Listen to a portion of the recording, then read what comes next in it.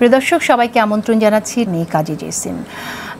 দর্শক, ডাকসু নির্বাচনের পরে জাকসু নির্বাচন, এই জাকসু নির্বাচনের দীর্ঘ প্রতীক্ষার পর ফলাফল প্রকাশিত হয়েছে, কিন্তু এই ফলাফল নিয়ে কেউ কেউ বিজয় উৎসব করছে, আবার অনেকে এটাতে এই বিজয় উৎসবে অংশগ্রহণ করছে না। কারণ আপনারা জানেন যে ছাত্রদল সহ 5টি প্যানেল এই নির্বাচন বর্জন করেছে নির্বাচনের দিন।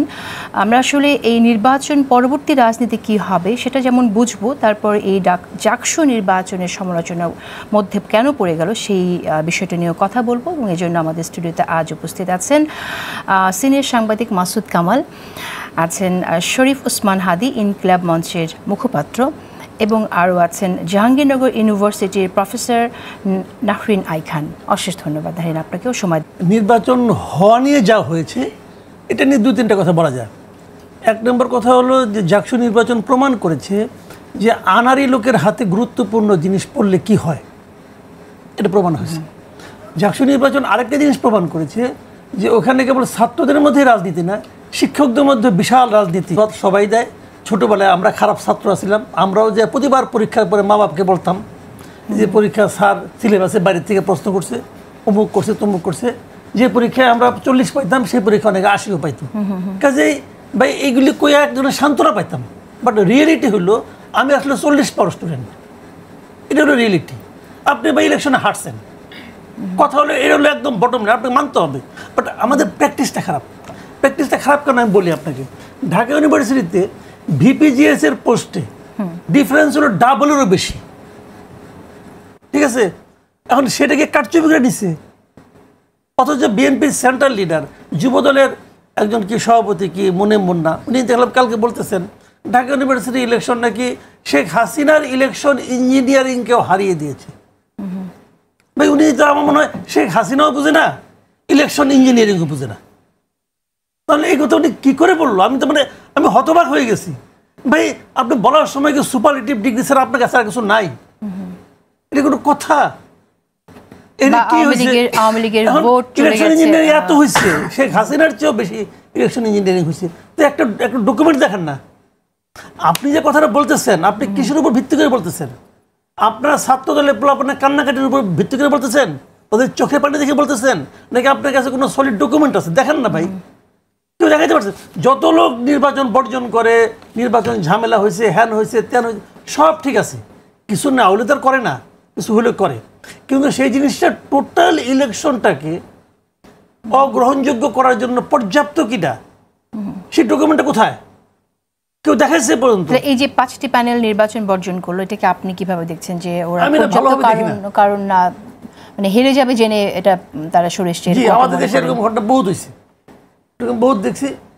আর শেষ বেলায় এসে ইলেকশন থেকে আবার আপনাদের ওখানে ইলেকশন কমিশন একটা আছে, দেখলাম মেম্বার টেম্বার কারা কারা যেন আছে, ওনারা ইলেকশনের হয়ে গেছে, গুনাগুনি অর্ধেক হয়েছে, একজন গুনতে যে একজন টিচারও মারা গেছে, তারপরে ওনার মনে হলো আমার তো পদত্যাগ করার কথা ছিল, আচ্ছা ঠিক আছে পদত্যাগ করলাম। তো এইগুলি না মানুষের কাছে নিজেদেরকে হাস্যকর করে তোলা ছাড়া কিছু না। নাহরিন আই খান, আপনি তো সরে গেছেন এবং সেটাও নির্বাচনের প্রায় শেষের দিকে আর কি। তো আমি একটু ডিটেল শুনতে চাই। আপনাকে নিয়েও সামাজিক যোগাযোগ মাধ্যমেও সমালোচনা হচ্ছে, নির্বাচনে বুথের কাছাকাছি গেছেন, উকিঝুঁকি দিয়েছেন।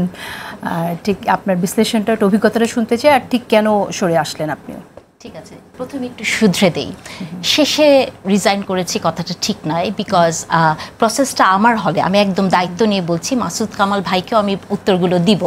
সেটি হচ্ছে যে আমি 10:30 থেকে যে অ্যানামলিস দেখেছি নিজের চোখে, এবং আপনি আমার ফোনে দেখবেন আমি প্রত্যেকটা কল আমি কাকে কতবার করেছি। আমি আমাদের ভিসিকে 22 বার কল করেছি সকাল 10:30 থেকে 11:15 পর্যন্ত। উনি একবারও আমার ফোন রিসিভ করেননি। হ্যাঁ, এরপরে আমি প্রক্টরকে ফোন দিই, এবং মানে এটা আমি বলে শুরু করছি এই কারণে যে আপনি বললেন একদম শেষে যে এই কাজটি করেছি, কথাটি ভুল। সারা দিন আমি নিজে ওখানে 2 ঘন্টা ইলেকশন বন্ধ রাখতে বাধ্য করেছি। হ্যাঁ, তার মানে দেখেন যে কথাগুলো মিডিয়াতে আসে যে বিকালবেলা ওনারা এটা করেছেন, কথাটি ভুল। হ্যাঁ, এটা দিয়ে শুরু করি। তারপরে মাসুদ কামাল ভাইয়ের একটা কথা বলেন যে আমি কালকেও শুনেছি মাসুদ কামাল ভাই বলেছেন, কথাটা খুবই দুঃখজনক, আমার খুব খারাপ লাগছে একজন শিক্ষক হিসেবে, যে উনি বলছেন যে শিক্ষক রাজনীতির জন্য এটা এটি হয়েছে, আমি দ্ব্যর্থহীন কণ্ঠে বলতে চাই যে এটির সাথে অন্তত আমি নাহরিন ইসলাম খান যে কারণে বের হয়ে এসেছি এটার সাথে শিক্ষক রাজনীতির কোনো সম্পর্ক নাই। মাসুদ কামাল ভাইয়ের ছোট ভাইয়ের বউ আমার সরাসরি ছাত্রী, তাকে উনি জিজ্ঞেস করে, একটু ব্যক্তিগত কথা বললাম, জিজ্ঞেস করে পারেন যে ডক্টর নাহরিন ইসলাম খান কেমন শিক্ষক। আমার 2 যুগের ইতিহাসে কোনো ধরনের দুর্নীতি, কোনো ধরনের কোনো কমপ্লেন আমার এগেনস্টে নাই। তো সেই জায়গা থেকে আমি যখন এই কাজটি করেছি তাহলে এটার পেছনে নিশ্চয়ই অনেক কারণ ছিল। কারণটি যদি আমি একটু শর্ট করে আপনাকে বলি, যে আমি যখন ওই বুথটাতে, এটা 15 নাম্বার একটি হল, তো ওই হলে আমি যখন গেলাম আমি বসে আছি এবং যে দলের কথা আপনারা বলছেন ছাত্র দলের কথা, ছাত্র দলের কিন্তু একজনও পোলিং এজেন্ট ছিল না, মানে অতগুলো মেয়েও ছিল না ছাত্র দলের পোলিং এজেন্ট দেওয়ার। পোলিং এজেন্ট ওখানে প্রায় 10 থেকে 12টা মেয়ে বসা, বিভিন্ন দলের। তো একজন পোলিং এজেন্ট এসে আমাকে বললেন যে ম্যাডাম দেখেন হাতে যে কালিটা দিচ্ছে কালিটা উঠে যাচ্ছে। তো আমি একটা আবার আরেকজন এসে বললেন যে ম্যাডাম আমি সকালে ভোট দিয়েছি আমার হাতে কালি দেয়নি। তো তখন আমি একটু অবাক হলাম যে আসলে আমার তখন মাথায় খেলো কালিটা দেয় কোথায় থেকে, কারণ যে রিটার্নিং অফিসার এবং 2 জন পোলিং অফিসার বসা তাদের কাছে কোনো কালি নাই, এবং ঘরেও কোথাও যেখানে সেন্টারটা কোনো এই সিস্টেমই নাই। পরে আমি দেখলাম যে আপনি যখন মানে ভোটটা ব্যালট নিচ্ছেন, ভোট দিচ্ছেন, বের হয়ে যাচ্ছেন, তখন হচ্ছে গেটের বাইরে যেখানে সবার চোখের বাইরে 2 জন মহিলা বসে আছেন, আমি তাদেরকে চিনি না, তাদের হাতে এই কালি। তো এটা আমি প্রশাসনকে জানাই এবং আমি রিটার্নিং অফিসারকে জানাই, এবং তারা আসলে এটাকে কোনো গুরুত্বের মধ্যে নেয়নি। আপনি দেখেন যে রিভার্স করে ফেলেছে জিনিসটাকে, কালি দেওয়ার বিষয়টাকে। হ্যাঁ, তো এটা হচ্ছে একটা অ্যানোমালিস প্রথমে ধরা পড়লো। তারপরে যেটা হয়েছে যে আপনি কোনোদিন শুনেছেন জেসিনাপা, মানে একটা ইলেকশন যখন হয় সবচেয়ে গুরুত্বপূর্ণ বিষয় কি, ভোটারের থেকেও গুরুত্বপূর্ণ কি জানেন? আমি বিশ্বাস করি ব্যালটের বক্স এবং ব্যালট পেপার। তো আমরা কিন্তু আগের রাতে ভিসির কাছে গিয়েছিলাম, ওনারা রাত 8টার সময় কোনো ধরনের সিকিউরিটি ছাড়া ব্যালট বক্স, আমি একদম দায়িত্ব নিয়ে বলছি, ওনারা হলে হলে পৌঁছে দেন। তখন যখন আমরা কয়েকজন শিক্ষক এটা প্রতিবাদ করি না, আমাদের প্রো ভিসি শিক্ষা, উনি আমাদেরকে বলেন যে এটা কোনো বিষয় না, এটা নর্মাল একটা ইলেকশন। আমরা তখন প্রতিবাদ জানাই যে আপনি এটা করতে পারেন না। এবং ব্যালট পেপারটা যেখান থেকে ছাপানো হয়েছে, যে মেশিনটা আনা হয়েছে, আপনি দেখেন যে এই মেশিনটা আমি যে কোনো দলেরই হোক, কোনো ব্যক্তিগত প্রতিষ্ঠান থেকে কেন এটা করা হবে? এটা বিজি প্রেস থেকে হবে। এবং আপনি কোনোদিন শুনেছেন যে ব্যালটে কোনো ক্রমিক নম্বর থাকে না? 2 টাইপের ব্যালট তারা দিয়েছে। একটা ব্যালট হচ্ছে যেটা হলের স্টুডেন্টদের জন্য, সেটার মধ্যে মুড়ি আছে, নর্মালি ব্যালটে মুড়ি থাকে, আপনি ছিঁড়লে পরে একটা রেকর্ড থাকে। এবং যেটা সেন্ট্রালের সেটা হচ্ছে একদম জাস্ট লুজ পেপার, সেটা কোনো ব্যালটে কোনো নাম্বার নাই। এবং আমার হলে, মানে আমি যেটা দায়িত্বে ছিলাম, সেখানে আপনার স্টুডেন্ট হচ্ছে 571 জন, ব্যালট দিয়েছে 629টা এক্সট্রা ব্যালট। জীবনে শুনেছেন ইলেকশন এক্সট্রা ব্যালট দেয়? এটা প্রত্যেকটি হলে হয়েছে। এবং আমার সামনে আমাদের প্রভিসি মহোদয় শিক্ষা, উনি এসে বলেছেন যে এই এক্সট্রা ব্যালটগুলো আলাদা সুরে একটা প্যাকেটে ভরতে হবে। আমি তখন যে রিটার্নিং অফিসার, তাকে এটা করতে দেইনি। আমি বলেছি যে না, আপনি এটা করতে পারবেন না, এটা যদি হয় উনাকে লিখিত দিতে হবে। আর যে কথাটা, যে ছবিটা আমার ভাইরাল আপনারা দেখছেন, যে নাহরিন ইসলাম খান বুথের ভিতর ঢুকে যাচ্ছে, আপনি জানেন আমি ওখানে মনিটরিংয়ের দায়িত্বে ছিলাম। আমি হঠাৎ দেখলাম, মানে ওইটার আগের 30 সেকেন্ডের ভিডিওটা নাই। তো আমাদের এটা অনেকবারই হয়েছে যে মেয়েরা তো একটু জানেন অনেক ক্ষেত্রে অনেক রিল্যাক্টেন্ট হয়, তা এই ব্যালটগুলো হচ্ছে A4 সাইজের। সে ভোট দিয়ে ব্যালটটা খুলে এরকম নাড়াতে এসছে। তখন আমি মেয়েটাকে বললাম যে এই তুমি ব্যালট ভাঁজ করো, যাও ভেতরে ঢুকো, ভাঁজ করো। তো মেয়েটা তখন ঢুকলো। তো সে যখন ব্যালটটা ওটা যে ঢুকলো, সে বের হচ্ছে না। তা আবার যখন সে ঢুকেছে, সে কেন বের হচ্ছে না এটা দেখার দায়িত্ব আমার। তখন আমি পর্দাটা ফাঁকা করে দেখলাম যে সে ব্যালট মুড়িয়ে এতটুকু করে ফেলেছে। তখন আমি বললাম যে ঠিক করে ভাঁজ করে আবার বের করে আনো। তো আপনি চিন্তা করে দেখেন যে মিস ইনফরমেশন কিভাবে ছড়ায়। এবং দেখেন এটা কিন্তু কোনো, ওখানে যে এতগুলো মেয়ে আমার পাশে পোলিং এজেন্ট, তারা কিন্তু কেউ ভিডিওটি করেনি। এটা বিশ্ববিদ্যালয়ের 3 নম্বর ক্যামেরা থেকে এটা দেয়া হয়েছে। তার মানে আপনি বুঝতে পারেন যে আসলে আমাদের যিনি নির্বাচন কমিশনার, যিনি প্রধান নির্বাচন কমিশনার, স্যার বলেছেন যে আমরা যদি কোনো জালিয়াতির কথা বলতে পারি, উনি চাকরি ছেড়ে দিবেন এবং উনি রিটায়ারমেন্টের টাকা নেবেন না। আমার ধারণা স্যার হয়তো, মানে ভোট জালিয়াতি বলতে জাল ভোট দেওয়া বোঝায়, কিন্তু ভোটের যে একটা ইঞ্জিনিয়ারিং হয়, এইটা ওনার মাথার মধ্যে নাই। এখন আমি যে অ্যানোমালিসগুলোর কথা আপনাকে বললাম, আপনার কি মনে হয় না যে ব্যালট এবং ব্যালট বাক্স যেখানে নাই, এবং আরও ইন্টারেস্টিং কি জানেন, একটা ব্যালট পেপার গেছে প্রার্থীর নাম নাই। আপনি জীবনে শুনেছেন কাগজে লিখে প্রার্থীর নাম লিখে ভোট দেওয়া হয়েছে? মাসুদ কামাল ভাইকে আমি বলছি যে আপনি এগুলো জানেন না। প্রার্থীর নাম নাই, নাম লিখে দিয়েছে, একটাই 3 জনকে ভোট দিতে হবে, সেখানে দিয়েছে কি একজনে টিক দিন, অথচ দিতে হবে 3 জনের। আপনি দেখেন অবস্থা। এবং এরকম প্রচুর ঘটনা ঘটেছে যে 46, 47, 48-এর যারা ভোটার ছিল তাদের কোনো ভোটার মানে আইডেন্টিফিকেশনের ছবি ছিল না, কিচ্ছু ছিল না, এবং এটা ওই হলগুলোতে এটা মানেনি, এটা মিলিয়ে দেখেনি। তার মানে যে আসেনি তার ভোটটা দেওয়া খুবই ইজি ছিল। এবং কি করেছে জানেন, অ্যাপ্লিকেশন নিয়ে কিছু ছেলে মেয়ে এসছে, আমার কাছে ছবি আছে, আমি নিয়ে এসেছি, সেখানের মধ্যে লেখা যে আমার ভোটার লিস্টে নাম উঠে নাই, ইলেকশন কমিশন যাতে তাকে পারমিশন দেয়, প্রপোজ সিল দিয়ে ওই মুহূর্তে তাকে ভোটার বানিয়ে ভোট দেওয়ানো হয়েছে। তাহলে এই যে অ্যানোমালিস কথাগুলো আপনার বললাম, আমার মনে হয়েছে। আপনি কি মনে করেন, আমরা তো দেখছি যে ফলাফল প্রকাশিত হলো, সেলিব্রেশন চলছে, আপনি কি মনে করেন যে নির্বাচন আসলে সবাই বর্জন করা উচিত এবং আসলে যারা বর্জন করেছে যেটা বলি যে আমার জায়গা থেকে আমি বর্জন করছি, কারণ আমার মনে হচ্ছে দেখেন মানে যে কথাটা বলা হয় দলীয় শিক্ষক, এটার সাথে স্নিগ্ধা করেছে সিগনা রেজওয়ানা, সো এটা তো আসলে দলীয় কোনো কিছু না। মনে হয়েছে যে একজন শিক্ষক এবং ব্যালটে এটা আমি বর্জন করতেই পারে, অন্যকে বর্জন করলো কি না করলো সেটা তো আমার কনসার্ন না, আমি আমার জায়গা থেকে। কিন্তু আপনি দেখেন প্রত্যেকটা দল, ইভেন ছাত্র শিবির, তারাও কিন্তু বলেছে যে এই ইলেকশনটা নিরপেক্ষ হয়নি, তার অনেক কমপ্লেইন আছে তাদের। তো এই জায়গা থেকেও যদি আপনি দেখেন কমপ্লেইন কিন্তু কোনো দল নাই যে করে নাই, তার মানে এটা একটা প্রশ্নবদ্ধ ইলেকশন হয়েছে। এবং যদি সেটাই হয়ে থাকে, আপনি বলেন পৃথিবীর কোনো জায়গায় একটি ইলেকশনে এই ধরনের কমপ্লেইন যদি সব জায়গা থেকে আসে, সেই রেজাল্টটাকে প্রকাশ করা উচিত হয়েছে? আসবো আপনার কাছে, আপনি মনে করছেন যে রেজাল্টটা প্রকাশ করা উচিত হয়নি, এটা স্থগিত করে আবার ইলেকশনটা দিলে ভালো হতো। এতগুলো অভিযোগ যে নির্বাচন নিয়ে হলো, এই ছোট একটি নির্বাচন, এবং সেই নির্বাচনটা হওয়ার পর প্রায় 3 দিন পরে আমরা ফলাফল পেলাম, যেখানে কিনা ভারতে 80 কোটি জনসংখ্যা, একটি দেশে 3 দিন লাগে, সেখানে এই সামান্য সংখ্যার ভোটারের ইলেকশনও দীর্ঘ সময় লাগলো। ইলেকশন ইঞ্জিনিয়ারের কথা শুনছি, আমরা অমোচনীয় কালির কথা শুনছি, মুছে মুছে যাচ্ছে। এইসব অভিযোগের পরে আপনি কি মনে করেন ওসমান হাদি যে এই নির্বাচনকে প্রশ্নের ঊর্ধ্বে রাখার জন্য স্থগিত করে আবার নির্বাচন দেওয়া উচিত ছিল কিনা? ধন্যবাদ আপা। প্রথমত হলো যে আমি বরং এটাকে একটু অন্যভাবে বুঝতে চাই, এটা যে ধরেন আমাদের তো সামনে জাতীয় নির্বাচন আছে, তো জাতীয় নির্বাচনের প্রস্তুতিটা কেমন হবে বা হতে পারে, এটার জন্য মনে হয় আমাদের এই নির্বাচনগুলো সামনে রাখা জরুরি। ঢাকা বিশ্ববিদ্যালয়ের 40,000 ভোটার ছিল ডাকসুতে, এবং এখানের ধরেন ভাই যেটা বললো যে শিক্ষক রাজনীতি, এটা তো ভিন্ন আলাপ, তবে এটা তো বাস্তবতা যে ধরেন আমরা যে সারাদিন ছাত্র রাজনীতি নিয়ে কথা বলি, শিক্ষকদের মধ্যে যখন সাদা দল, নীল দল, বিভিন্ন কালারের দল হতে থাকে, তখন তো তার প্রধান দায় বর্তায় যতখানি শিক্ষক তার থেকে সেই দলের তিনি একজন অ্যাক্টিভিস্ট। এটা আসলে তাকে প্রেশার দেয়, মানসিকভাবে প্রেশার তৈরি করে।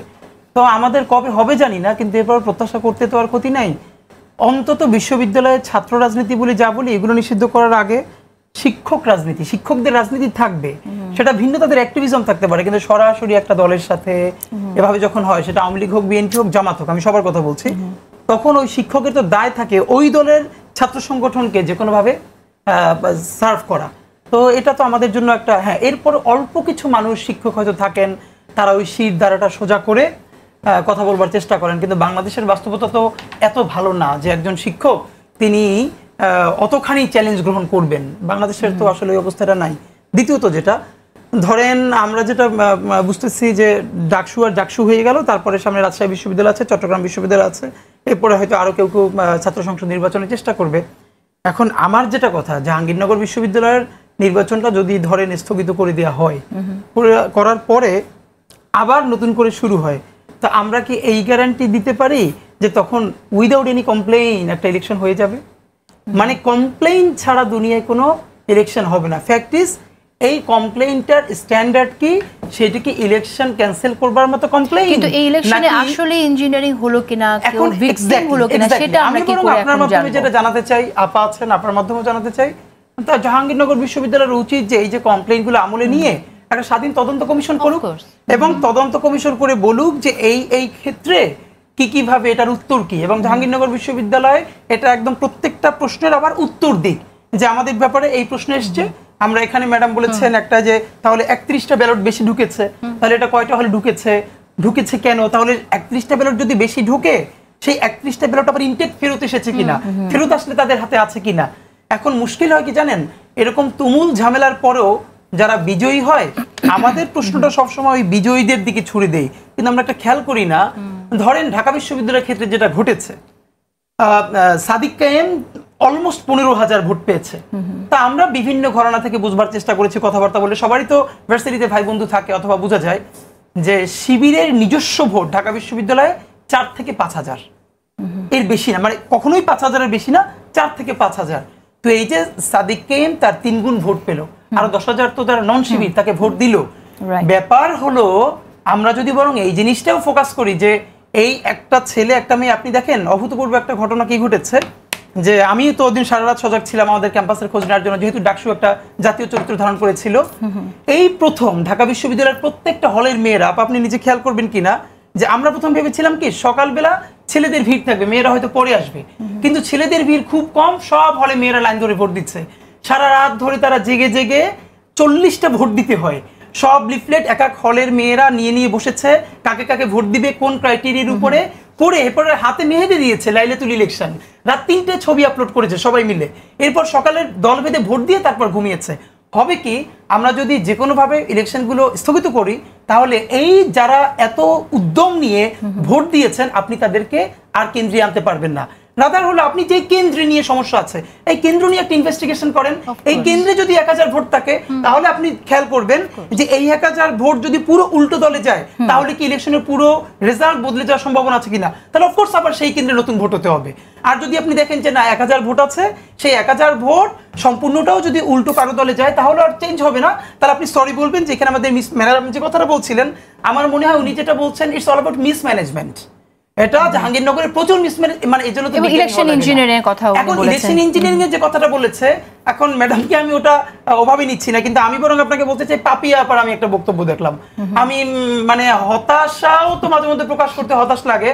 তিনি বলছেন হাসিনা যেভাবে 111 করে তারপরে ক্ষমতা এসেছে, আপনি 111 এর সাথে তুলনা দিচ্ছেন ডাকসু জাকসু, যেখানকার যেসব কোনো পলিটিক্যাল পার্টির বাহিরেও ছেলে মেয়েরা প্রচন্ড উদ্যম নিয়ে ভোট দিয়েছে।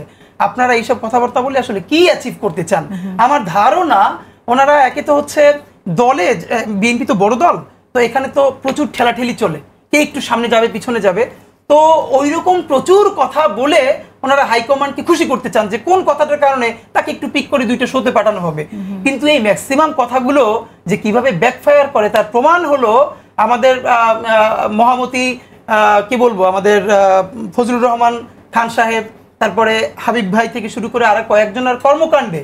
এটা কি ব্যাকফায়ার করেছে বলে আপনি মনে করছেন? এটার প্রভাব এই নির্বাচনে আছে বলে আপনি মনে করছেন? অফকোর্স আছে, নইলে যে ছেলেমেয়েরা স্বাভাবিকভাবে শিবির করে না তারা 10% হতে পারে। এর মানে হলো ওই যে রিয়াকশন দেয়া, ট্যাগিং দেয়া, ট্যাগ তো কম বেশি সব আমলেই ছিল, কিন্তু একটা বটম লাইন আমাদের আসতেই হবে আপা, সেটা হচ্ছে হাসিনা ফ্যাসিবাদ যেই শব্দে যেই ভাষায় মানুষকে হত্যাই শুধু করে নাই, সে হত্যাকে বৈধ করেছে। আমরা বিএনপি জামাত অন্যান্য দলের মধ্যে প্রচন্ড ঝগড়া থাকবে, কিন্তু অফকোর্স সে যদি কাউকে গালিও দিতে চায় নতুন গালি আবিষ্কার করতে হবে। হাসিনার ভাষায় গালি সেটাই যদি হয় তাহলে মেঘমল্লার কি করে এত ভোট পেল? ওকে, এটা তো ভালো হিসাব।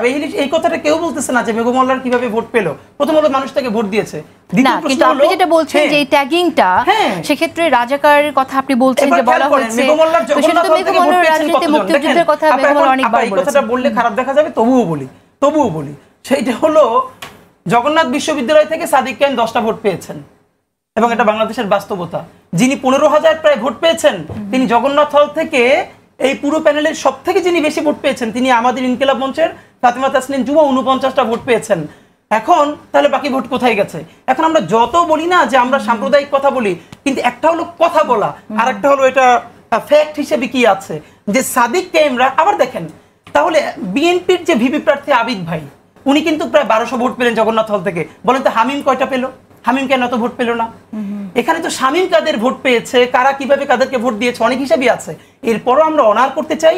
দেখেন, ট্যাগিং ছাড়া কোনোদিন পলিটিক্স হয় না।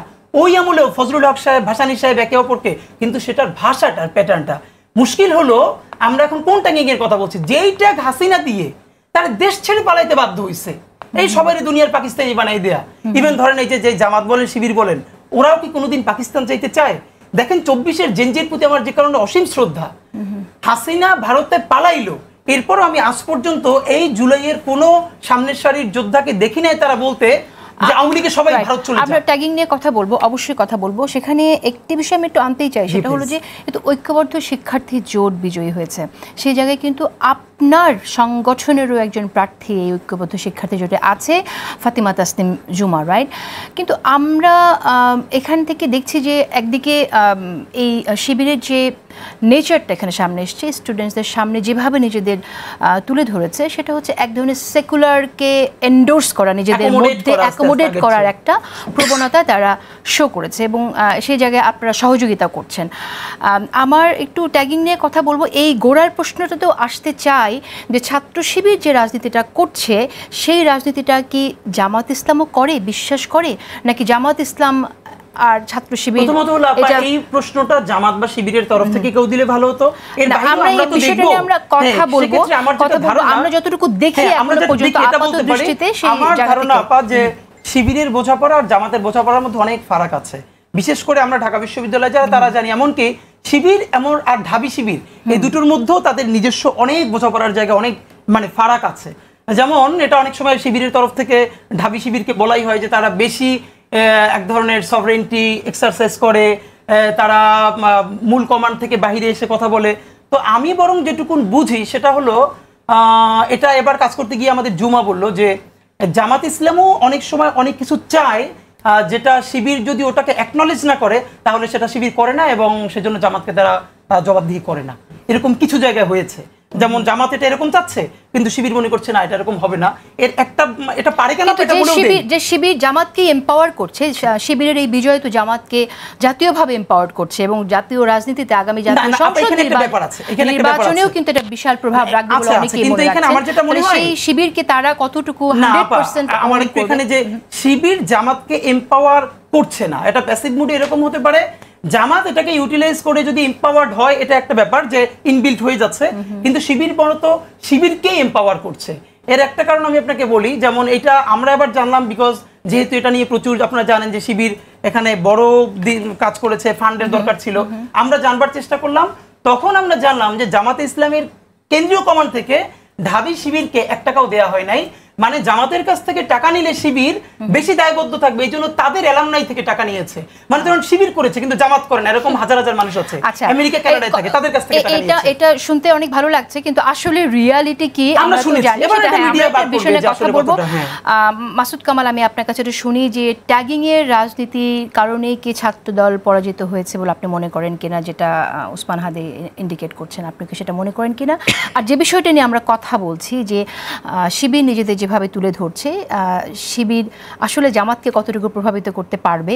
কারণ শিবির তো একরকম, আমি বলছি যে এম্পাওয়ার করছে জামাতকে ইন আ সেন্স, যে জামাত তো ডেফিনেটলি যেমন এখন আপনার সবাই ঐক্য হয়ে একটি আন্দোলন তারা করতে যাচ্ছে পিআরের দাবিতে, এবং জাতীয় পার্টি সহ 14 দলীয় জোট নিষিদ্ধের দাবিতে। এই দাবিগুলো আগেও ছিল, কিন্তু অনেকেই মনে করছে সেটা এখন আগের চেয়ে স্ট্রং হবে, এমনকি আগামী জাতীয় সংসদ নির্বাচনেও তারা ভালো করতে পারে। সেই জায়গা থেকে বলছি যে আসলে জামাত কতটুকু শিবিরের রাজনীতিকে নেবে। বলছি তার আগে আমি জাহাঙ্গীরনগরের পয়েন্ট একটু বলে দিই, যেহেতু ওখানে আমার প্রসঙ্গটা তুলেছেন। এটা হলো যে ওনার কথাগুলো শুনলাম আমি, তো আমার কথা হলো কি, যখন আপনি দেখলেন কয়েকটা পয়েন্ট, এখানে কালির পয়েন্ট, ব্যালটের মধ্যে কোনো নাম্বার নাই, এই পয়েন্ট, ব্যালটের সংখ্যা বেশি, এটা তো আপনি শুরুর দিনই দেখছেন, নির্বাচনের শুরুর আগেই দেখছেন না? নির্বাচনের দিন দেখেছে, নির্বাচনটা স্টার্ট হচ্ছে তখনই দেখেছেন। তো 10:30টার সময় তো আমি আপনাকে বললাম যে আমি 10:30 থেকে ভাইস চ্যান্সেলরকে তখন আপনি প্রেস কনফারেন্স করলেন না কেন, সবাইকে ইনফর্ম করলেন না কেন? দেখেন আপনি কি করেছেন এটা কিন্তু আপনি বলছেন, এটা কিন্তু আমি দেখিনি। না, আপনি বলেন। আমি আপনাকে ততটুকু দেখেছি যতটুকু আপনার ব্যাপারটা মিডিয়াতে এসেছে। বলেন। আর মিডিয়ার কথাটা তো আপনি যদি ওই দিনই ঘটে, যেদিন ইলেকশন হয়েছে, আপনি যদি ওই দিনই ফার্স্ট আওয়ারে দেখে যদি আপনি রিজাইন করতেন যে এটা আমি করব না, আমি আপনাকে হয়ে যেত। আমি কি উত্তর দিব এখন নাকি এটা সমাধানটা আমি আপনাকে করি? আমি তো একজন বিশ্ববিদ্যালয়ের শিক্ষক, হ্যাঁ। তো আমি যে কাজটি করেছি, যেটা আমার করার দরকার ছিল, আমি মনিটরিং সেলে ছিলাম। সো যখনই আমি অ্যানোমালিসটা দেখতে পেয়েছি এবং মেয়েরা যখন দেখেছে, তখনই আমি প্রশাসনকে জানিয়েছি, যেটা করার আপনাকে বললাম তো 10:30টায় ভোট শুরু হয়েছে 9টায়। যখন শুরু হয়েছে তার 1 ঘন্টার মধ্যে, হ্যাঁ 1 ঘন্টার মধ্যে আপনাকে আমি কল রেকর্ড দেখাবো। মানে আমি বলছি আপনি এটা ধরেন মোটা দাগে অনেক কিছু বলে দেওয়া যায় কামাল ভাই, হ্যাঁ, কিন্তু যে যখন দায়িত্ব থাকে তখন তাকে দায়িত্বশীল আচরণ করতে হবে। আপনি কি করে ভাবলেন যে প্রথম মানে 1 আওয়ারের মধ্যে দেখে আমি রিজাইন করে দিব? আমাকে চেষ্টা করতে হবে না যে ইলেকশনটা, না আপনাকে এটা শুনতে হবে আমার কথা, কারণ আপনি ঢালাওভাবে যদি আপনি এইভাবে বলে দেন এটা তো হবে না কামাল ভাই, কারণ ওই সিচুয়েশনের মধ্যে আমি ছিলাম, আপনি ছিলেন না, এবং ওখানে হাজার হাজার ছেলে মেয়ে ছিল, ক্যামেরা ছিল। তো সেজন্য আমি একটু শেষ করি, সেটা হচ্ছে যে 10:30টার সময় এটা জানানোর পর আমি ভিসি কে ফোন করেছি 20 থেকে 22 বার, আমার কল রেকর্ড আছে, উনি আমার ফোন ধরেননি। ট্রেজারার না, আমাদের প্রক্টরকে ফোন করলাম, তাকে জানাতে হবে। প্রক্টর কয়েকবার ফোন করার পরে উনি ফোনটি ধরলেন, এবং ধরে উনি আমাকে বললেন এটা অসম্ভব বিষয়, আমি বিশ্বাস করি না যে কালি উঠে যায়। উনি নিজে আমাকে এটা বললেন। হ্যাঁ, তখন আমি বলছি আমি বলছি আপনি বলছেন অসম্ভব বিষয়, উনি বলে যে হ্যাঁ এটা অসম্ভব বিষয়। এরপরে আমি আরো কয়েকজন শিক্ষককে লাগাতার ফোন দিলাম, এবং এখানে অনেক মেসেজ আছে যে কয়েকজন লিখেছে নাহিন আপাকে কেউ হেল্প করেন। দেখেন আমার দুঃখের জায়গাটা কিন্তু শুধু খালি ইলেকশন নিয়ে না, একজন নারী শিক্ষক যিনি একটা নির্বাচনের দায়িত্বে আছেন, তিনি যখন বিশ্ববিদ্যালয়ের সবচেয়ে নীতি নির্ধারক, সবচেয়ে পাওয়ারফুল লোকজনকে 20টা 25টা 30টা কল দেয়, এবং তখন যারা ফোনটি ধরেন না, তার মানে ওইখানে কি আমার সিকিউরিটি ছিল? সেখানে তো আমার সিকিউরিটি ছিল না। তো তারপরে যেটা হয়েছে, তারা এসে আবার ইলেকশনটাকে ঠিক করার চেষ্টা করেছেন। এই চেষ্টাটা ধরেন আমি কিন্তু তখন দায়িত্ব নিয়ে 1.5 ঘন্টার মতো, আপনি যেটা বলছেন যে আমি কেন তখনই বের হয়ে প্রেস কনফারেন্স করলাম না, আমি 1.5 ঘন্টার মতো ইলেকশনটা বন্ধ রেখে নর্মাল করার চেষ্টা করলাম, এবং আসলেন আবার শুরু হলো, তখনই আমরা পেলাম মাটির মধ্যে ব্যালট পেপার পড়ে আছে, এটা ছবি আছে, মাটির মধ্যে ব্যালট পেপার পড়ে আছে। তখন আমরা জানতে পারলাম ইভেন যে ট্রাঙ্কে করে আপনার ভোটার লিস্ট ইগুলো আসে, ব্যালট পেপারগুলো আসে, কোনো সংখ্যা লিখে দেয়নি যে এই প্যাকেটের মধ্যে 100টা আছে, তাই না? একটা হলে স্টুডেন্ট আছে 299, আপনার ব্যালট পাঠিয়েছে 400টা। এবং ইন্টারেস্টিং হচ্ছে এই মুহূর্তে আমি একটা মেসেজ পেলাম যে এইখানে একজন স্টুডেন্ট বলেছে যে তাকে আমার ফলাফল ঘোষণা করে প্রথমে বলা হলো পাশ করেছি, এরপর সাত্তার স্যার কল দিয়ে বললেন 42কে ভুল করে 82 বলা হয়েছে, ভোট কাস্ট হয়েছে 469টি, কিন্তু ভোট হিসেব করে নাকি 513টি হয়েছে, আমার ভোট নাকি হয়েছে 22। এই যে এইমাত্র পেলাম। তারপর এরপরও যদি মাসুদ ভাই বলেন যে এটা ভিসিকে পদত্যাগ করানোর জন্য জাতীয়তাবাদী দলের 2 পক্ষ কাজ করেছে, এরপরও যদি উনি আমাকে সেই অভিযোগটি দেন যে আমি কেন সকাল 10টার সময় কনফারেন্স করলাম না, তাহলে আমার প্রতি অভিযোগ আর থাকবে কিনা? মাসুদ কামাল, আপনি শুনছিলেন ডক্টর নাহিন খান এক্সপ্লেইন করছিলেন তার এক্সপেরিয়েন্স, এবং আপনি কি আপনার অভিযোগ উইথড্র করবেন? যে আমার কথা হলো কি, আমি যা কিছু মন্তব্য করেছি মিডিয়া দেখে, মিডিয়াতে যেভাবে এসেছে সেটা দেখে মন্তব্য করেছি। আমি তো আর ওখানে ছিলাম না, উনি ওখানে ছিলেন, উনি ওখানে থেকে যেটা বলেছেন, যা বললেন, এখন যদি এটা সত্য হয় তাহলে তো এই নির্বাচন নিয়ে মহা সমস্যা। এই নির্বাচনের ফলই তো আমার হয় স্থগিত করা উচিত। ওই চ্যাপ্টার ক্লোজ করেন। অন্য যে প্রশ্ন করছিলেন সেটা আবার বলি আপনাকে, আমার মনে আছে প্রশ্নটা। আপনি বলছিলেন যে ছাত্রদল হারলো কেন? এটা একদম সিম্পল। কারণটা হলো কি, দেখেন এখানে জাতীয় নির্বাচনের প্রভাব ডাকসু নির্বাচনে পড়েছে, এবং প্রত্যেকটা জাকসুতেও পড়বে এবং রাকসুতেও পড়বে, এটা জাতীয় নির্বাচনের প্রভাবটা পড়বে। আমি 2টো কারণ বলি আপনাকে। 1 নম্বর কারণ হলো, যেমন আওয়ামী লীগ আমলে বিএনপির কোনো নেতা কিন্তু থানা পর্যায়ের নেতা, উপজেলা পর্যায়ের নেতা কিন্তু এলাকায় থাকতে পারতো না, সবার নামে 10টা 20টা করে মামলা ছিল। যেই আওয়ামী লীগ চলে গেছে, মানে আওয়ামী লীগের নেতারা পালাই গেছে, যারা এখন আছে অবশিষ্ট, তাদের নামে কিন্তু ঠিক এর চেয়েও দ্রুত বেগে এই 10টা 15টা 20টা করে মামলা কিন্তু হয়ে গেছে। হওয়ার কারণে তাদের অনেকেই এলাকা ছাড়া এবং দৌড়ের উপরে আছে। এই মামলাগুলির বাদী কারা? 95% ক্ষেত্রে মামলার বাদী হলো বিএনপির লোকজন। এখন ছাত্রলীগের যে ভোটগুলি এখানে আছে, মানে ঢাকা ইউনিভার্সিটিতে, তারা কিন্তু নেতা না, বাট তারা ভোটার, ছাত্রলীগ সাপোর্ট করে। খবর নিয়ে দেখেন, এদেরও 90%-এর ফ্যামিলি হলো আওয়ামী লীগের ফ্যামিলি। তার ভাই যুবলীগ করে, বাপ আওয়ামী লীগ করে, চাচা আওয়ামী লীগ করে, এই ফ্যামিলি থেকে কিন্তু এরা আসছে।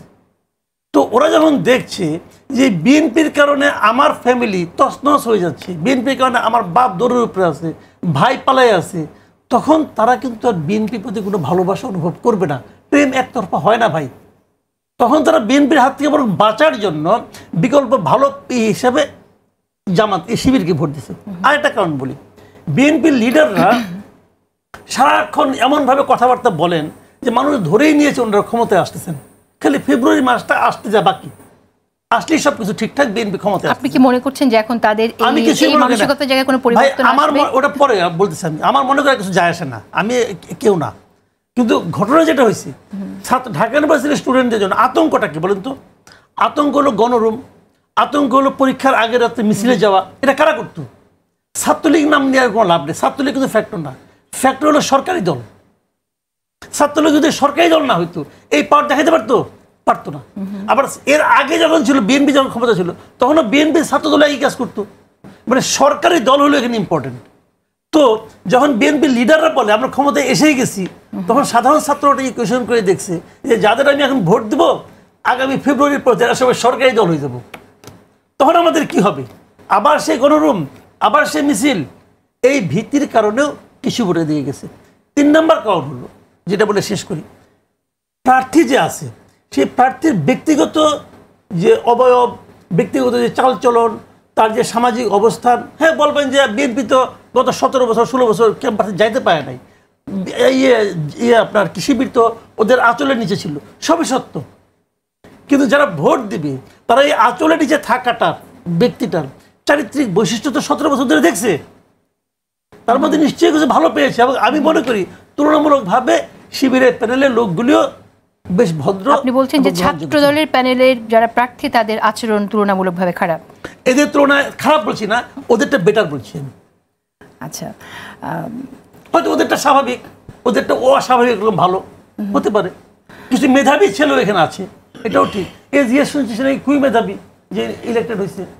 এগুলো তো মানুষের মধ্যে প্রভাব ফেলে। কিন্তু আমরা ছোটবেলায় কি করতাম, আমার বাবা বলতে তোর বন্ধু বান্ধবকে ওই যে ফার্স্ট হয় সেকেন্ড হয় তোর ফ্রেন্ড হয় না, তুই বাউন্ডারির সঙ্গে কেন ঘুরস, এগুলি কিন্তু বলতো ভাই, এখনো বলে। এটা কিন্তু একটা ইমেজ মানুষের মধ্যে একটা ধারণা কাজ করে। কিন্তু আসবো আপনার কাছে আবারও, আমি ট্যাগিং নিয়ে একটি প্রশ্ন ছিল সে বিষয়ে আসবো, কিন্তু এটি ডক্টর নাহরিন খান আপনার কাছে শুনতে চাই যে এই যে পরাজয়ের কারণ বিশ্লেষণ আমরা শুনছি, গত 2 দিন হলোই আমরা শুনছি, এই জায়গা থেকে মাসুদ কামাল যেটা বললেন যে জাতীয় রাজনীতির যে প্রভাব, বিএনপির যে নেগেটিভ জায়গাগুলো আছে, বিএনপির কতিপয় কর্মী যারা চাঁদাবাজির সাথে যুক্ত হয়ে গেছে, যে অভিযোগগুলো আসছে সেটার একটা প্রভাব এখানে আছে।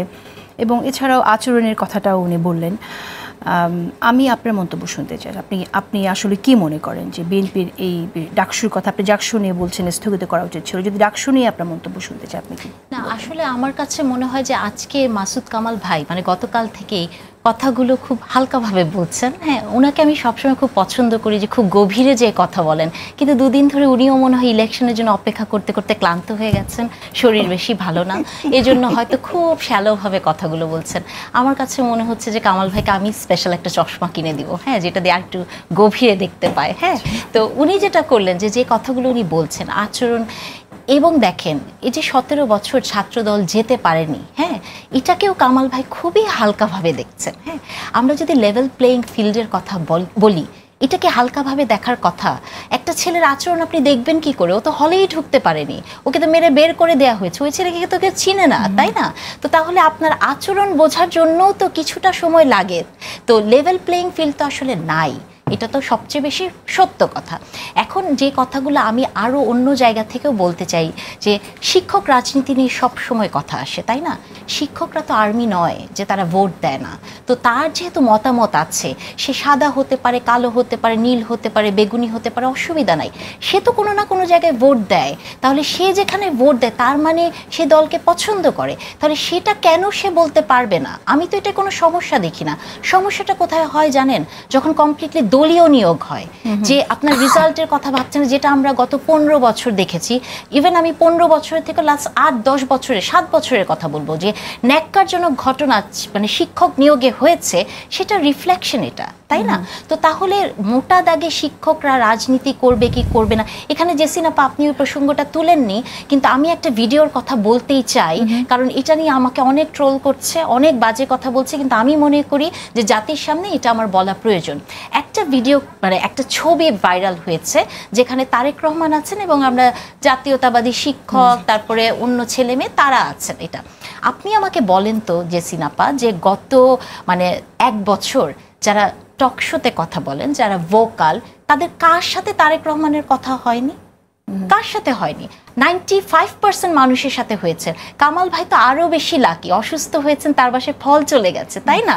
তো তাহলে আপনি চিন্তা করে দেখেন যে একটা 3-4 দিন আগের একটা মিটিং, সেখানে উনি কথা বলতেই পারেন যে একটা রাজনৈতিক দলের ছেলেরা ইলেকশন করছে, সেখানে কেমন হবে ইলেকশনটা, এটা জানার অধিকার ওনার আছে। কি কি বিষয় আলোচনা হয়েছিল সেই মিটিং এ? সেখানে একদম আমি কিন্তু খুব নিরপেক্ষভাবে কথা বলছি, এবং আমি দ্ব্যর্থহীন কণ্ঠে আরেকটা কথা বলতে চাই, আপনি আমার সম্পর্কে খোঁজ নিয়ে দেখবেন, যে দল, কোনো দল যদি কোনোদিন বলে যে আমার প্রার্থীকে জাল ভোট দিয়ে তুমি বের করে নিয়ে আসবা, সেই দল নাহরিন ইসলাম খান কোনোদিন করবে না। হ্যাঁ, তো সেই জায়গা থেকে ওই দিন যেটা হয়েছে যে পূর্বের যারা মানে জাকসু ইলেকশনের সভাপতি ছিলেন, সমস্ত মানে খুব পুরনো নেতাদেরকে নিয়ে উনি বসেছেন ওখানে, এবং উনি জিজ্ঞেস করছেন যাচ্ছে ইলেকশনটা কেমন হবে, কি হবে, কি কি হতে পারে ইলেকশনের মধ্যে, মানে এখানে ছাত্র দলের ছেলেদের অবস্থান কেমন, এই সব টাইপের কথা হয়েছে।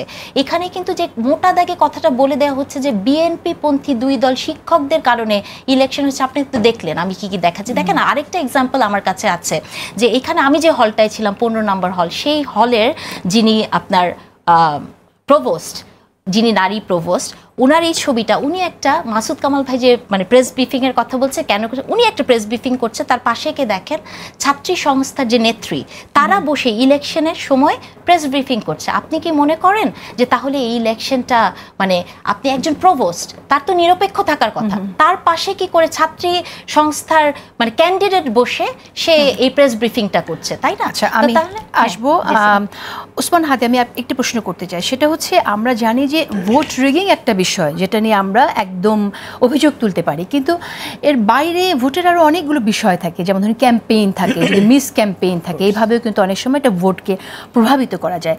আমরা দীর্ঘদিন ধরে শুনে আসছি যে বিএনপিকে খুব ভারতের পক্ষে কথা বলছে, ভারতের দালাল, এ ধরনের কথাবার্তা কিন্তু বলা হচ্ছে বিএনপিকে। এমনকি যে আপনি যেটা বললেন ট্যাগিংয়ের কথা বলছেন যে রাজাকার, কিন্তু আমরা দেখলাম যে সেই জায়গাতে 24কে ছোট করা, 71কে সামনে আনা, সেসব মানে 24কেই সামনে আনা, 71কে ছোট করা, সেই পরিস্থিতির প্রেক্ষিতেই বোধহয় কথাগুলো এসেছিল। তো আমার প্রশ্ন আপনার কাছে যে আমরা দেখি যে যখন জামাতের কোনো নেতা এই সরকারকে অবৈধ বলে, তখন ভারতের সাথে সুর মেলে যায় না, কিন্তু যদি এই সরকার নিয়ে কোনো প্রশ্ন যখন উঠেছে বা নির্বাচন দ্রুত হওয়া নিয়ে কোনো প্রশ্ন যখন উঠেছে, বিএনপি বললে তখন এটা ভারতের সাথে সুর মিলে যায়। এই বিষয়টাকে আপনি কিভাবে যৌক্তিক বলবেন? ফাইন, এটা কোনো যৌক্তিক ব্যাপার না। প্রশ্ন হইতে পারে ধরেন আমরা যেটা আসলে কতখানি কিভাবে অযৌক্তিক। এখন এখানে আমাদের যেটা একটা মিসলিডিং হচ্ছে সেটা হলো, ধরেন অনেকে ফেসবুকে ধরেন 1000 তার কমেন্ট পড়েছে, তো এখানে মনে পড়লো মেঘমল্লার বলেছিল যে শিবির তো কোনোভাবে জয় পাবে না, এই জন্য পাবে না যে বট আইডি তো ভোট দিতে পারে না। তো ওই কথা ধরে তো বট আইডিও ভোট দিল। তো আমাদের কথা হলো, আমরা আননোন কোনো আইডির কমেন্ট আর ঢাকা বিশ্ববিদ্যালয়ের 40,000 একদম স্টুডেন্ট যারা বৈধ আইডি কার্ড আছে ভোট দিচ্ছে, এই দুটোকে যখন একই ফ্রেম করি, তখন তো একটা মানে ভুল মেসেজ যেতে পারে। ব্যাপারটা হলো, বরং আপনি ভাইকে মনে হয় জিজ্ঞেস করেছিলেন, আমরা যে জিনিসটা অনেকে মিস করে যাচ্ছি, আজকে সব থেকে বেশি আলোচনা করা উচিত ছিল আমাদের বাকশাসের এই ভরাডুবির কারণ। এইরকম ঐতিহাসিক একটা গণ অভ্যুত্থান, যাদের সামনের হিরোজ যারা, তারা তো এই যে বাকশাসের, ওরা তো অফকোর্স ডেডিকেটেড ফোর্স, মানে পরিচিত ফোর্স, রাইট? তাদের যে ভরাডুবি কেন্দ্রে ভিপিজিএস প্রত্যেকটা কেন হলো, এর একটা মেসেজ আমরা নিতে পারি, সেটা হলো বাকশাসে আসার আগে আমি যদি আমার আগের প্রশ্নটা একটু জবাব আপনার কাছে জানতে চাই। আমরা কিন্তু অনলাইনে খুব দেখছি যে এই ট্যাগিংটা ভীষণভাবে হচ্ছে। তো এটা হলো মানে মোরাল পজিশন এমন জিনিস, জেনজিদের আর সিনিয়রদের একটা পার্থক্য কি, আমি জেনজিদের একটা ব্যাপার আমি নিজেও বুঝবার জন্য খেয়াল করলাম, তারা খুবই স্ট্রেট ফরওয়ার্ড, তারা স্ট্রেট কাট হওয়া পছন্দ করে। ধরেন আমি এখন একটা খুবই ব্লান্ডার করে ফেললাম, তো আমি এইটাকে বারবার জাস্টিফিকেশন যদি দেই, তাহলে আমাকে তারা পছন্দ করবে না। রাদার আমি একদম খুল্লা সরি বলে, ভাই আমি শয়তানের পাল্লায় পড়ে এই কাজটা করছি, আমার মাফ করে দাও, আমি আর করবো না।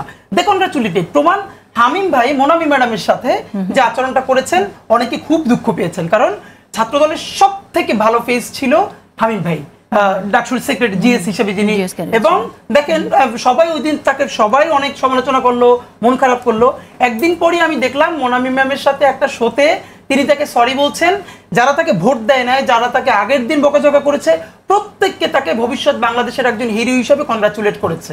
এর মানে হলো এই যে স্ট্রেট ফরওয়ার্ড হওয়া, এইটা মানুষ এখন পছন্দ করে, খুব ডিপ্লোম্যাটিক কথাবার্তা মানুষ পছন্দ করে, এটা আমাদের জন্য শিক্ষা। আর ছাত্রদলের একটা বড় অর্জন আছে, সেটা আমরা বলতেছি না ঢাকা বিশ্ববিদ্যালয়ে। দেখেন ছাত্রদল তো স্বাভাবিক ব্যাপার, ছাত্রদল যেহেতু একটা ক্যাডার বেস পার্টি সিস্টেমের মধ্যে দিয়ে যায় না, সুতরাং সে প্রচন্ড স্ক্যাটার্ড ছিল। এই 20 দিনের মধ্যে সে পুরো একটা ফোর্স হিসেবে যে গুছিয়ে উঠে দাঁড়ালো, এবং সে এখানে বাক্সাসের যেটা সামনে আসার কথা ছিল তার পরিবর্তে আমরা বরং আলাপ করছি শিবিরের প্যানেল বরং ছাত্রদলের প্যানেল, এটা তো তাদের একটা বিশাল বিজয়। নাম্বার 2, এখানে তাদের আমরা বরং প্রত্যাশা করেছিলাম হামিম ভাই হয়তো হয়ে আসবেন, অথবা হামিম আর ফরহাদের মধ্যে তুমুল 500-1000 ভোটের প্রতিদ্বন্দ্বিতা ঘটবে। আমরা বরং যেটা অনেকের সাথে কথা বলেও বুঝেছি, ওই দিনের কিছু ভুল রিয়াকশনের কারণে লাঞ্চের পরের প্রচুর ভোট হামিম ভাই পান নাই, মিস করে গেছেন, এবং এটা উনি অ্যাড্রেসও করেছেন। এখন আমি বরং আপনাকে একটু বলি যে আপা যেটা বলছিলেন না, যে কাউকে বোঝার জন্য তো সময় দিতে হয়, তো ছাত্রদল তো ক্যাম্পাসে ও অর্থে থাকতে পারে নাই। এখন এই কথা তো সত্য যে কাউকে বোঝার জন্য সময় দিতে হবে। এখন একই কথা যদি আবার এনসিপি বা অন্যান্য দল জাতীয় নির্বাচনের ক্ষেত্রে বলে যে আমাদের তাহলে মানে ধরেন, অথবা বিএনপিও তো তাকে জনগণকে বোঝার জন্য সময় দেওয়া দরকার, তো বিএনপি গণতন্ত্রের স্বার্থেই যেরকম দ্রুত নির্বাচন চাচ্ছে, সে তো ওই সময়টা তাহলে চাচ্ছে না কেন? খুবই ভ্যালিড কারণ, যে দ্রুত নির্বাচন না হলে গণতন্ত্র ক্ষতিগ্রস্ত হতে পারে। তো ও কথা তো ছাত্র সংসদের নির্বাচনেও একইভাবে প্রযোজ্য হতে পারে। আর একটা হলো ম্যাম যেটা বলছিলেন, একটু আমি রেসপন্স করি, যে আমাদের দেশে একটা হয়ে গেছে ফার্স্ট ক্লাস ফার্স্ট মানেই বিশ্ববিদ্যালয়ে নিয়োগ হবে। আমরা একটা কথা কেন বলি না যে একটা ডিপার্টমেন্টে ফার্স্ট ক্লাস ফার্স্ট হওয়া টিচার হওয়ার একমাত্র ক্রাইটেরিয়া না। বাংলাদেশের কোনো পাবলিক ইউনিভার্সিটিতে ডেমো ক্লাস নেওয়া হয় না। আমি আপনাকে এমন আমি বলতে পারি, আমি যে ইন্টার পর্যন্ত মাদ্রাসাটায় পড়েছি, এইখানে টিচারদের রিটেন পরীক্ষার পরে যারা প্রথম 5 জন হতো, একদম সরাসরি ক্লাসে পাঠানো হতো, আমাদেরকে খাতা কলম দেওয়া হতো, পয়েন্টে পয়েন্টে আমরা মার্কিং করতাম, সেই মার্ক যোগ করে যে তার সে ক্লাস কন্ডাক্ট কেমন করে, কোশ্চেনের উত্তর কিভাবে দিতে পারে। আপনি বাংলাদেশে হচ্ছে কি, পাবলিক ইউনিভার্সিটিতে আমি আমার মিনিমাম ঢাকা বিশ্ববিদ্যালয়ের আমার ডিপার্টমেন্টের 80% টিচারের কথা বলতে পারবো। এটা শুনলে খুব খারাপ শোনা যাবে, তবুও বলি, যারা সবাই ফার্স্ট ক্লাস ফার্স্ট, তারা ডিপার্টমেন্টে থাকা অবস্থায় হাতে লিখে যে নোট করেছিলেন, আজ থেকে 18-20 বছর পরে তিনি ক্লাস নিচ্ছেন, সেই নোটটা সামনে এসে পড়েন, এবং তিনি তার ডেস্ক থেকে 2 ফিট দূরে যান না, তাহলে তার হাত থেকে নোট সরে যাবে। তো অথচ কানাডা থেকে আমেরিকায় প্রত্যেকটা জায়গায়, দুনিয়ার কোনো বড় দেশে পাবলিক ইউনিভার্সিটির টিচারদেরকে আজীবনের জন্য নিয়োগ দেওয়া হয় না, তাকে রিনিউ করতে হয়। আমি যেটা করে কয় টাকা বেতন পাবো, ওই কয় টাকা রিসার্চের প্রজেক্ট আনতে হবে। আর এখানে পাবলিক বিশ্ববিদ্যালয়ের টিচার হিসেবে ঢুকতে মানে মরার আগ পর্যন্ত আর তার কোনো চাকরি যাবে না, এখান থেকে বের হতে হবে। আর এবং তাদের বিরুদ্ধে কখনো কিছু বলা যাবে না। এবং এটা আপনাকে বলি, মানে যেমন আমার ইউনিভার্সিটিতে আমি একটা শোতে বলেছিও, ফার্স্ট ইয়ারে একটা ছেলেকে তার টিচার শুধু শব্দের উচ্চারণ নিয়ে আমাকে সে একটা শব্দ জিজ্ঞেস করেছে, আমি নিশ্চিতভাবে সঠিক উচ্চারণ বলেছি, কিন্তু তার পছন্দ হয় নাই। এরপরে আমার পকেটে অক্সফোর্ড ডিকশনারি ছিল আমার ব্যাগে, আমি বের করে তাকে কেন দেখালাম ফনেটিক ডিসক্রিপশনে কি লেখা আছে। সে এমন চাতে আমাকে চেতলো, 250 স্টুডেন্ট আমাকে সবার সামনে থেকে পিছনে বসাই দিল, তারপর বললো এই মোল্লা মুন্সি যেন আমি আর কোনোদিন সামনে দেখি না, এবং বললো I will hell your life. আচ্ছা, আমরা একটু আমাদের সময় শেষ হয়ে যাচ্ছে, খুব সংক্ষেপে শুনতে চাই যে এই যে বর্তমানে আমাদের বাক্সাসের এই যে পরাজয়, এটাকে আপনি কিভাবে দেখছেন? আপনি নিজেও এক সময় আমার প্রোগ্রামে এখানে বলেছিলেন, আমরা কথা বলেছিলাম যে নাহিদ ইসলাম এর ভূমিকা, এবং যদি আওয়ামী লীগ ফিরে আসে সবার আগে নাহিদ ইসলামকে ফাঁসি দেবে, সেই কথাটাও আপনি বলেছেন। এবং আমরা সবাই জানি যে নাহিদ ইসলাম অগ্রসৈনিক এই গণঅভ্যুত্থানে, রাইট? সেই নাহিদ ইসলামের দল যে সংগঠনকে সাপোর্ট করছে, এবং কাদের বা বাকি যারা এখানে ইউনিভার্সিটি বেস পলিটিক্স করে এসছে, এই গণঅভ্যুত্থানে থেকেছে, তাদের দলের এই পরাজয় এটার একটা মাত্র মেসেজ, এটা আমার জন্য সবার জন্য, আমরা ওদের বিরুদ্ধে তো, ওদের সংগঠনের বিরুদ্ধে তো এরকম, এটা যেটা বুঝতে পেরেছি এখনকার যারা বিশেষ করে তরুণ প্রজন্ম, তারা না আপনি কতখানি 71 রান করেন, কতখানি 24, এগুলোর লেস ফোকাসড। তার মানে 24ও এখন তাদের কাছে আমি তো হাজারবার বলেছি, আপনি যদি 71 এর মতো 24কে কচলাতে তিতে বানিয়ে ফেলেন, মানুষের 24কে ছুঁড়ে ফেলবে। এটাকে নিয়ে বাণিজ্য করা যাবে না, জুলাই যোদ্ধা নামটা পরিচয় দিয়ে কিছু করা যাবে না। বরং যেটা কাজ, এখান থেকে যে নেতৃত্ব উঠে আসলো, তারা কতটুকু ওয়েলফেয়ার স্টেট গড়বার জন্য, ভালো রাষ্ট্র, ভালো সমাজ গড়বার জন্য কাজ করছে। এর মানে আমি যদি মুক্তিযোদ্ধাও হই, আমি যদি জুলাইয়ের জানবাজ কর্মী হই, কিন্তু আমি যদি চুরি করি, করাপ্টেড হই, মানুষ আমাকে ছুরি মারবে। আর আমি যদি অত বড় কিছু না হই, কিন্তু ভালো কাজ করে দেখাতে পারি, মানুষ আমাকে আপন করবে। এটাই আমাদের জন্য মেসেজ। ওকে, তার মানে আপনি কি বলতে চাইছেন তারা 24 নিয়ে বেশি কচলাকুচলি করায়, তাদের এটা প্রভাব পড়েছে সবকিছুর উপরে, এবং কারাদার করালো 71 এর বিপরীতে 24, 71 এর ধারাবাহিকতা হলো 24, 71 কে আওয়ামী লীগ এবং ভারত মিলে কুক্ষিগত করেছে।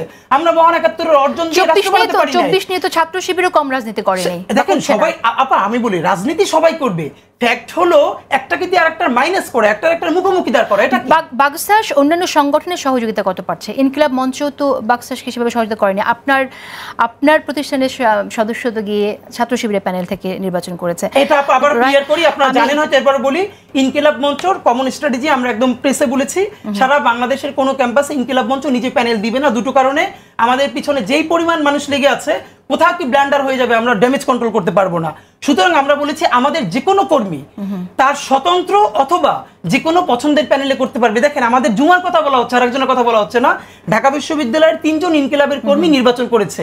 একজন গেছে শিবির সমর্থিত ঐক্যবদ্ধ শিক্ষার্থী জোটে জুমা, কিন্তু আরো 2 জন কিন্তু স্বতন্ত্র করেছে এবং তার মধ্যে একজন উইন করেছে। সে কথা কিন্তু স্বতন্ত্র করেছে একজন। আচ্ছা, অশেষ ধন্যবাদ শেয়ার করার জন্য, এটা মনে করিয়ে দেওয়ার জন্য। এটা আমাদের সময় একেবারে শেষ, কিন্তু আমি একদমই শেষে জানতে চাইছি মাসুদ কামাল আপনার মন্তব্য। আপনি জানেন যে খুবই শীঘ্রই জুলাই সনদ বাস্তবায়ন সহ 4 দফা দাবিতে কর্মসূচি যাচ্ছে কয়েকটি দল, তার মধ্যে জামাত ইসলামী আছে, জাতীয় নাগরিক পার্টিটা আমি শিওর না, আমি যতদূর জানি তারা এটা নিয়ে কথা বলছে, সহ 8টি দল ইসলামিক দলগুলো আছে। এবং সেখানে যে দাবিগুলো আছে সেগুলো হচ্ছে, একটা হচ্ছে সংখ্যানুপাতিক পদ্ধতিতে জাতীয় সংসদ নির্বাচনের জন্য লেভেল প্লেইং ফিল্ড, জাতীয় পার্টি এবং 14 দলের কার্যক্রম নিষিদ্ধ করা। আপনি তো বলেছেন যে আওয়ামী লীগের কার্যক্রম নিষিদ্ধ করাটাই ঠিক হয়নি এভাবে, এখন জাতীয় পার্টি নিষিদ্ধের দাবি আসছে, কিভাবে দেখছেন আপনি মাসুদ কামাল? আমি আপনি 3টা পয়েন্ট বললেন। সংখ্যানুপাতিক যে পদ্ধতির কথা বলছে, আমি নিজে ব্যক্তিগতভাবে সংখ্যানুপাতিকের পক্ষে, আমি নিজে। কিন্তু আমি মনে করি এই সময়ের সংখ্যানুপাতিক যে দাবিটা নির্বাচনকে পিছিয়ে দেবে। কাজে আমি মনে করি এই নির্বাচনটা আমাদের আগের নিয়মে হওয়া উচিত।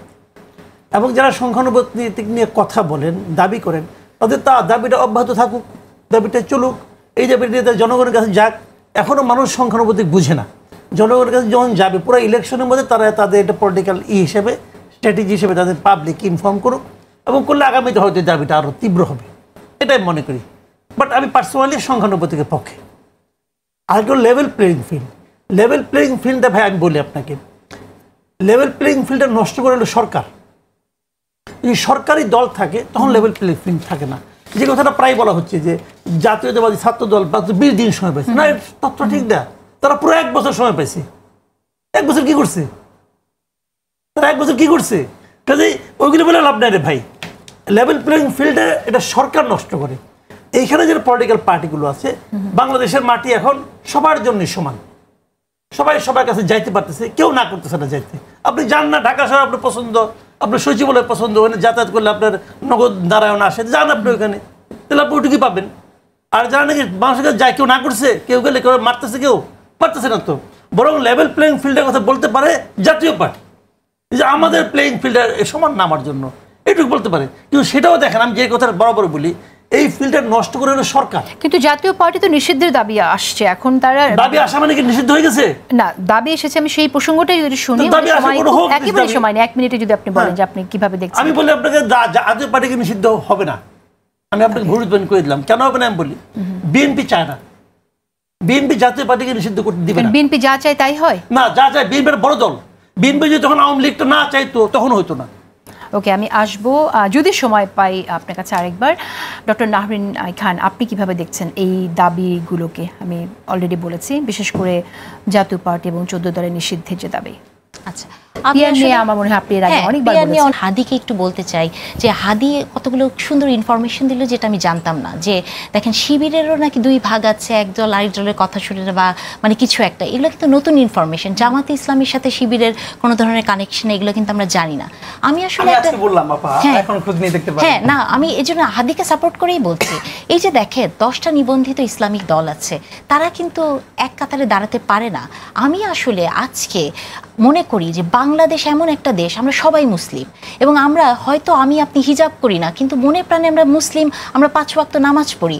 এই জন্য আমি চাই যে আমরা প্রো মুসলিম একটা দেশ, এবং আমি চাই যে যারা নর্মাল ওলামা আছেন, ইসলামিক চিন্তাবিদ আছেন, তারা এই যে জামাতি ইসলামী, এরা যে ধর্ম নিয়ে রাজনীতি করে, তার বাইরে যে আমাদের সবাইকে ঐক্যবদ্ধ হতে হবে।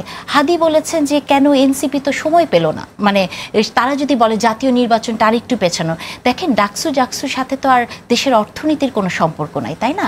জাতীয় নির্বাচনটার সাথে কিন্তু আমাদের মানে অর্থনীতির একটা বিরাট সম্পর্ক আছে, সেটা হাদির বুঝতে হবে। আর হাদিকে একটা গুড নিউজ আমি দিতে চাই, যে হাদি যে বললেন না যে প্রথম শ্রেণীতে প্রথম হলেই ভালো শিক্ষক হতে পারে না, হাদির সাথে আমি সম্পূর্ণরূপে একমত। হ্যাঁ, কিন্তু হাদিকে গুড নিউজটা যেটা দিব, যে এইবার জাহাঙ্গীরনগর বিশ্ববিদ্যালয়ের নিয়োগে যে নতুন ক্রাইটেরিয়া হচ্ছে, আমি সেটার একজন মেম্বার, এবং আমরা সেটাতে এই যে ডেমো ক্লাস নেওয়ার বিষয়টি এনেছি এবং এটা পাস হয়েছে। মানে জাতীয় পার্টি নিষিদ্ধ হতে যেই গ্রাউন্ড দরকার, গ্রাউন্ড ইজ ভেরি ওকে, যে কারণে আওয়ামী লীগকে তারা শুধু এম্পাওয়ার করে না, মনস্টার হতে সাহায্য করেছে।